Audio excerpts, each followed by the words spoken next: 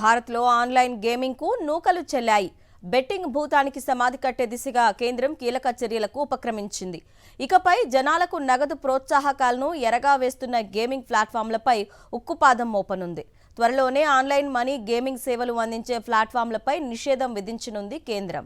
నెటిజన్లను ఆర్థికంగా, ఆరోగ్యపరంగా సర్వనాశనం చేస్తున్న ఆన్లైన్ గేమింగ్ భూతాన్ని అంతమొందించేందుకు సిద్ధమైంది కేంద్రం. ఆన్లైన్ ప్రమోషన్ నియంత్రణకు ఉద్దేశించిన regulation promotion of online gaming బిల్లుకు సెంట్రల్ కేబినెట్ ఆమోదముద్ర వేసింది. ఆన్లైన్ గేమ్ యూజర్లు ఎదుర్కొంటున్న మానసిక ఆరోగ్య సమస్యలను పరిగణలోకి తీసుకుంటూ ఈ దిశగా కఠిన చర్యలకు ఉపక్రమించింది. ఇందుకోసం చట్టబద్ధమైన నియంత్రణ సంస్థను ఏర్పాటు చేయనున్నారు.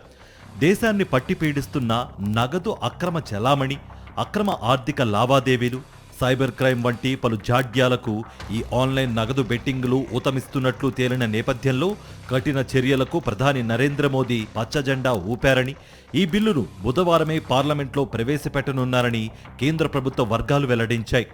ఇకపై regulation promotion of online gaming bill ప్రకారం గేమింగ్ సంబంధిత నిధులను ప్రాసెస్ చేయకుండా బ్యాంకులు, ఆర్థిక సంస్థలపై నిషేధం విధించనున్నారు. ఆన్లైన్ గేమింగ్ను ప్రచారం చేసే వ్యక్తులకు 2 ఏళ్ల దాకా జైలు శిక్ష, 50 లక్షల రూపాయలు జరిమానా విధించనున్నారు. ఇప్పటికే జోదంగా మారిన ఆన్లైన్ బెట్టింగ్, గ్యాంబ్లింగ్ ప్లాట్ఫామ్లను నిషేధించేందుకు కొన్నేళ్లుగా కీలక చర్యలు తీసుకుంటూ వస్తోంది మోదీ సర్కార్. 2022-25 జూన్ నడుమ ఇలాంటి 1524 ప్లాట్ఫామ్లను నిషేధించింది.